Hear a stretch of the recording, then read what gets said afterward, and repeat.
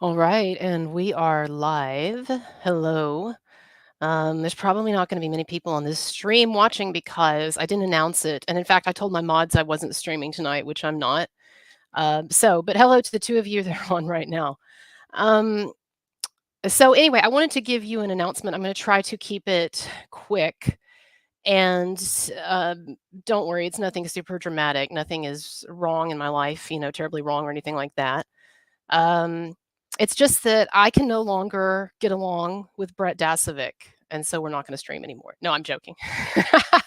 Brett Dasovic is like one of the nicest people and easiest to get along with people that I've ever met. And so if you can't get along with Brett Dasovic, then you have like a psychological problem. You're probably, I don't know, narcissist or borderline or something. But anyway, he says that he doesn't get much fan hate, and I can totally believe that.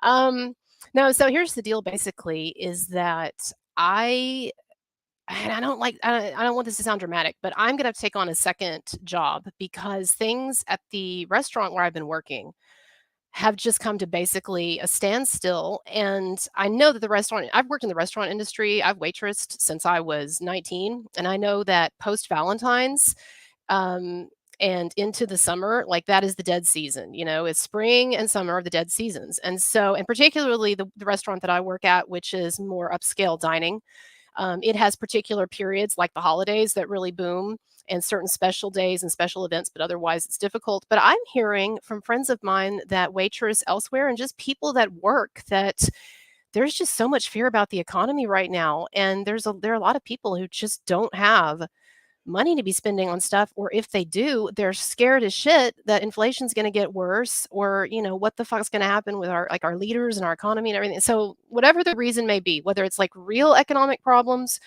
or economic fear, I think that just people in a lot of sectors are suffering. But anyway, the point is I had been having a steady, except for a few people that are stalwarts of my channel and everything, and then those of you who occasionally give when you can. I have had in the last, I would say, 6 to 9 months, a dramatic drop off in donations and stuff. And like, I totally get it. It's not even like something like, oh, well, they should donate. It's just the only time I get irritated. Let me just say this: when people don't donate, is when people criticize me or suggest things that I should be doing. So I did bite off someone's head on Twitter. Well, not really, but like I did push back on someone on Twitter the other day. I posted my Johnny Depp video that took hours, not hours, it took days. I mean, really, I mean, it took me the length of the time it took was 2 weeks to make, but I wasn't working on it the whole time, obviously, because I have a job and other things going on. But it took me 2 weeks to make that Johnny Depp video. And I thought it was a really good video, and a lot of people did too. And thank you, those of you who liked it or appreciated it or whatever. But then I see this quote, under my tweet, and I shouldn't let it bother me, but I see this tweet, this response from some woman, and she says, "Do you think that you could take out the music or at least lower it in this because some of the speaking is kind of muffled?" And what I wanted to say, first of all, to her, well, it's probably because you're deaf that it's muffled. But secondly, it was muffled because it was muffled in the way that it was presented. During a lot of it was like trial interviews or trial testimony and stuff, where it was hard as fuck to hear anyway. And so, I'm just trying to jazz things up, put a little music into it. But anyway, and she wasn't being mean. She said, I love this great video or whatever. But still, my response to her, which I regretted, as I regret most of my snarky responses to people, was, I'll be happy to look into making those adjustments when you donate.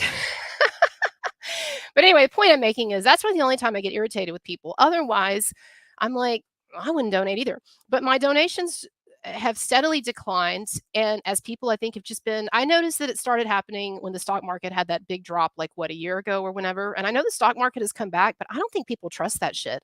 I really don't, nor should they, because it is a fucking house of cards. Our financial system is a house of cards. Fractional banking itself is a joke. But anyway, I digress. So, but that happened, and so I was like, okay, it's time. And I talked about this with my audience. It's time to get a job, as people like to say, get a real job. So it's time to get a real job. And so I got a job waiting tables. Why didn't I get a job at a corporation or a job that would require a college degree, much less a PhD? What I have? Well, it's because it's very hard to do intellectual work at two different jobs. So if I'm going to pour so much of my brain power into YouTube and into social media posts and into that whole thing and all that comes with it, which people don't even realize, like anything, until they start doing it, what a beast it is. I can't be working for IBM, or I can't be working for, the university down the street. I mean, maybe I'll consider it going back to adjuncting, but it's like, that's too much intellectual work. I'm a depressive. I just can't handle that. And by the way, I'm not crying. I'm also sick on top of everything. So that's why my voice has this quality and I've got a runny nose. But I'm not feeling bad. It's just the leftovers of something going around. Anyway, um, where was I? So I was like, "Okay, I'm gonna get a job waiting tables." I've always been a waitress off and on throughout my life. I enjoy it. I don't think it's a bad job. People talk about, "Oh, it's a lot of manual labor or whatever," but I enjoy waiting tables. I tell you, people don't believe this, but I enjoy waiting tables more than I enjoy teaching college. That's probably a bad thing to say or whatever, because I get that people think one is more meaningful than another, although nowadays people are so angry at higher ed and stuff, they'd probably say, "Well, waiting tables is the more meaningful job." You're feeding people at least. It's a real service. But anyway, I really like the job. I don't mind. But I was doing that and then I'm doing the YouTube. Well, now things have fallen off at the restaurant I'm working at. So I'm gonna have to get another job. Like I think I'm gonna find another place that's more low end to wait tables at so that it's like more consistent volume and stuff. Or maybe something else. I don't know. I'm trying to figure it out. But I have got to cut the fat on my YouTube. And, honestly, this YouTube thing and all the social media and stuff, and I know I asked for it by getting into it, but it has been such a beast that there's probably some people who would say, "Isn't it time just to give up this YouTube dream and face facts? You're not going to quote unquote make it. And so let's move on." And I guess I could, but there's just something inside me that tells me I'm supposed to keep going. And maybe it'll never amount to anything. Maybe in 30 years I'll still have 80 something thousand subscribers, but you know what? I'll be able to look back and say, well, you know what? There were some different people that I stood up for, Manson, Rammstein, Andrew Cuomo, whatever, right? But there were like some legitimate things that I did there, and also like I had some videos where I talked about philosophy and different things like that too. And maybe when I get some time, I'll try to go back to some of those. But like I don't know what's gonna happen, but I know that something has got to give. And so the live streams are just the easiest thing to cut. And I'm gonna be honest with you, part of the reason I'm cutting it too is because I don't enjoy the live streams. I do not. I probably shouldn't be saying this because I'll start doing them again at some point, but I never enjoy these live streams. And that's not about Brett. I'm talking about by myself with different people, whatever. I never enjoy them. And you might say, well, you seem happy. Well, yeah, it's called putting on a show, but I'm exhausted by them. That's why I take all those fucking breaks when I do the 24-hour streams. He said, how can you do that? Well, I mean, it's not fun, but I was doing those 24-hour streams for a purpose. I thought, okay, here's a gimmick. Ooh, can she go 24 hours? And so I was like, okay, I'll just do it, just like those of you who have jobs, some of you two, maybe even three jobs, or your parents or whatever. I mean, do you enjoy raising your kids most of the time? Most of the time, you probably don't even enjoy that, right? There are things that we do for reasons, despite not enjoying them.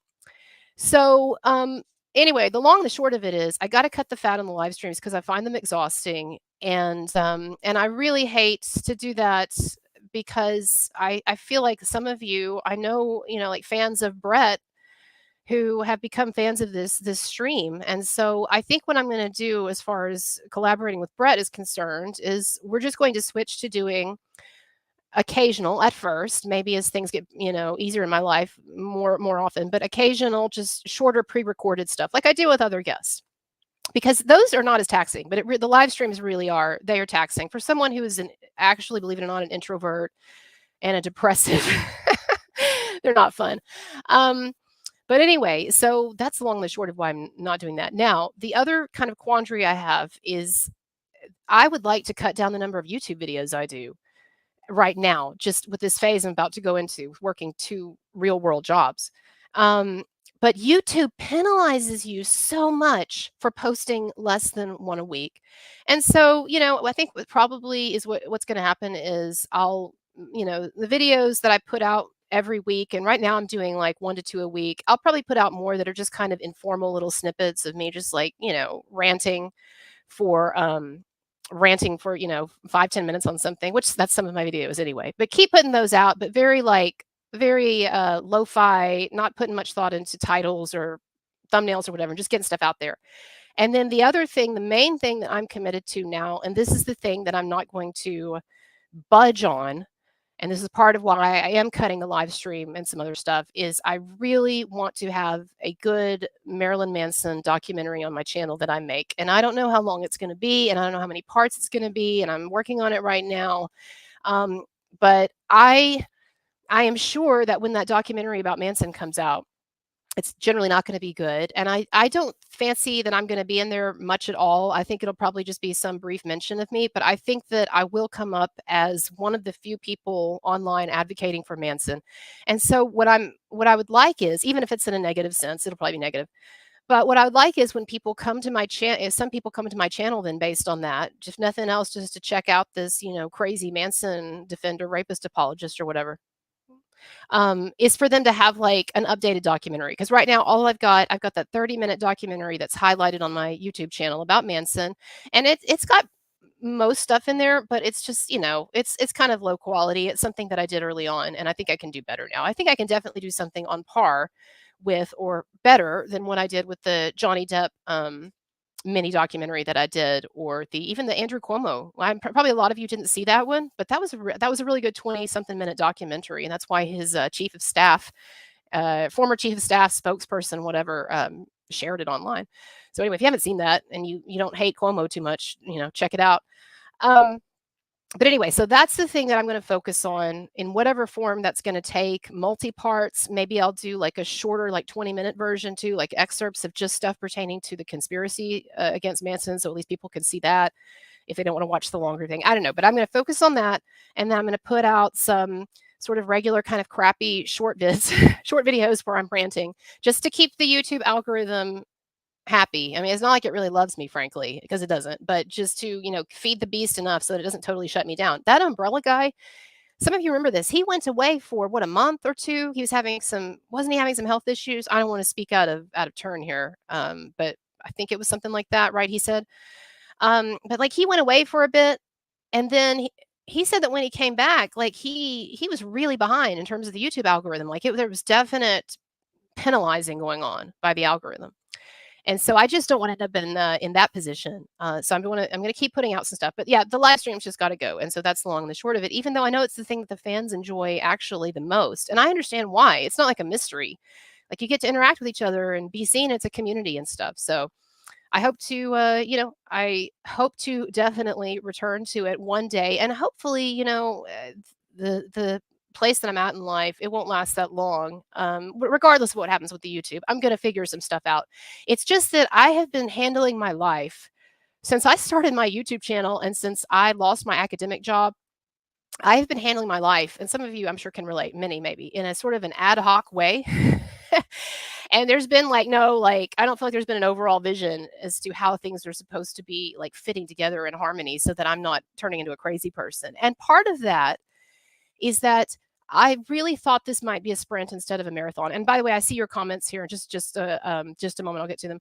I really thought this YouTube thing, I was hoping it was going to be a sprint, not a marathon. And I'm seeing now, no, it's going to be a marathon. And it may be like a marathon that never actually goes to anything big, but whatever, for as long as it's going to be, I think it's going to be a marathon. And so, when it's a sprint, you run fast and you say, fuck it if I get tired, or fuck it if, whatever, I'm just going to run, right? I'm just going to run as fast as I can. And, as Hamlet said, all other things give way, all other concerns shall give way, but this one thing. And I just can't do that anymore. And so I'm resetting my mind for the marathon, but in the meantime, like I am sort of putting out fires in my life here and there. So, and a lot of you can relate. Look, I feel stupid complaining about this stuff to people who have children. I don't know how the fuck you do it. I don't know how the fuck you do it with you good kids, bad kids, kids with disabilities, kids with no disabilities, whatever. I don't care. I don't know how the fuck you do it. It looks like barely controlled chaos the entire exercise of parenthood. And, probably that's one reason why I'm so pro choice and why I say a lot of these antinatalist things and have these antinatalist opinions that I have. And whether I'm right or I'm wrong, it's just because I look at parenthood and I'm just like, what the fuck? I look at childbirth and I think, what the fuck? I was having an argument with Chrissy Mayer the other day on Twitter. Unfortunately, it went sour. And I'm contributed to it through some stupidity. But anyway, and she said I called it barbaric, forcing women to have children they don't want. And then there were all these people commenting saying, "Oh yeah, it's really barbaric to do what nature intended for you to do." Motherfucker, you watch a woman having birth and you tell me that doesn't look barbaric. I just refuse to concede that that is not barbaric. It may be nature, but nature is fucked up. I here's something if you want to really get disgusted after this that I challenge you to do. Go look up the birthing process of a hyena.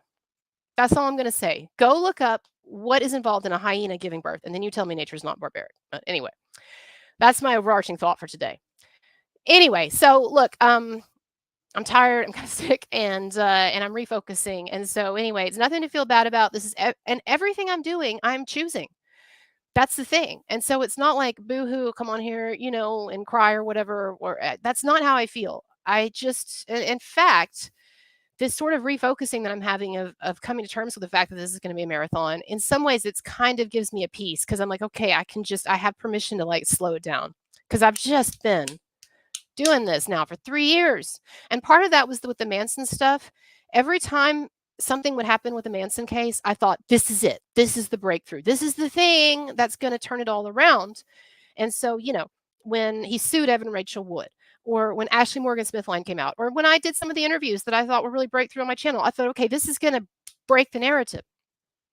And as it turns out, I'm not sure there's going to be a narrative breaking. It may just be, and I'm sorry if I was just kind of too stupid to see this, but it may just be like him just slowly digging his way out of a hole. In which case, maybe there's not as much of a need then for me to be so gung ho about it either. I don't know, but at any rate, my point is, I'm slowing down for the marathon. I'm cutting the superfluous stuff. I'm cutting the fat, and that's not to say that I won't be in a different position several months down the road once I've gotten this ship kind of kind of steadied. So I'm gonna read your super chats and then I'm out of here and whatever. Mrs. Zombie says, I hope you know you've made such big impacts along this journey. Thank you so much. We appreciate you. I appreciate you and everybody. Um, Mama Otter 25. I love your channel. You're my intellectual YouTube escape. Well, thank you. And I'll continue to put out that content. That's part of what this slowdown is going to be about too. I used to make more meaningful content in terms of like philosophy videos and psychology videos. And the reason why I mostly stopped making those is they just don't do well in the algorithm. And so I felt like I was pouring all of this energy into something that was not advancing my chess pieces on the board. But maybe as a part of this slowdown, then, and this refocusing, is to realize that that should not, advancing my chess pieces on the board should not be the most important thing here. Putting out content that is maybe more original or whatever, maybe that should be it. And okay, yes. So, oh wait, sorry, I didn't see your Shane. Shut up and take my Shane Wilder. Shut up and take my money. I've got to prop up the people I like. You did scare me with the Brett comment, though. I was about to have to gripe. Yeah, I knew you'd be there, Shane. Now, Brett is meeting Brett is one of the pure delights, and frankly, all of those people at Timcast, whatever some people think of Tim's politics or whatever, like those people are, and Shane and all those people are just great people. They really are, and I think so highly of them, and I'm so happy that I have gotten to know them. Thank you for the super sticker, Rio baby. So anyway, yeah, that's the long and the short of it. And I'm going to read through your comments once I sign off because I know this is something that it's a meaningful conversation to be having with my audience and everything. So that's where things are at. Again, very much hope to resume the streaming and everything. Maybe even just several months down the road. Who knows? But I'm going to steady the ship. I'm going to trim the fat. I'm just going to focus on some key things that I'm interested in the short term. And I also want to recognize two groups of people. First of all, there are kind of a small core group of people that do donate regularly, and you know who you are. And part of also what's going on with this refocusing is I feel like I'm not sometimes giving enough attention, or enough thanks to the people who are like really there for me. But I appreciate you, Lisa C. I appreciate you, other Lisa, my BDSM loving friend. No, we're not in a BDSM relationship, but she likes to talk about BDSM on my channel. Certainly, JD, I hope things get better for you. I know you're going through a tough time, and then Dwayne, of course, and AJ and Mark and Paul, and there's probably some other people I'm not remembering, and now I'm going to feel really bad. And then Missy Jade, everybody pray for Missy Jade because I know she's going through a really rough time, and I don't want to talk about it here if she doesn't want me to, but she's going through a rough time. Thank you to my mods, AJ and Nessa and Hawkeye, Rebel Bird, Hawkeye Fly on here, right? And Laura B. And yeah, that's it. So there's probably something that I've forgotten there, but I want to thank those people, and I want to thank those of you who just only occasionally donate, or maybe just once, because that's all you can do, and that's great. Like I said, this economy is this world is fucking scary, and maybe it always was. I don't know, but it feels like it's just like one notch away from just like spinning off its axis sometimes, honestly.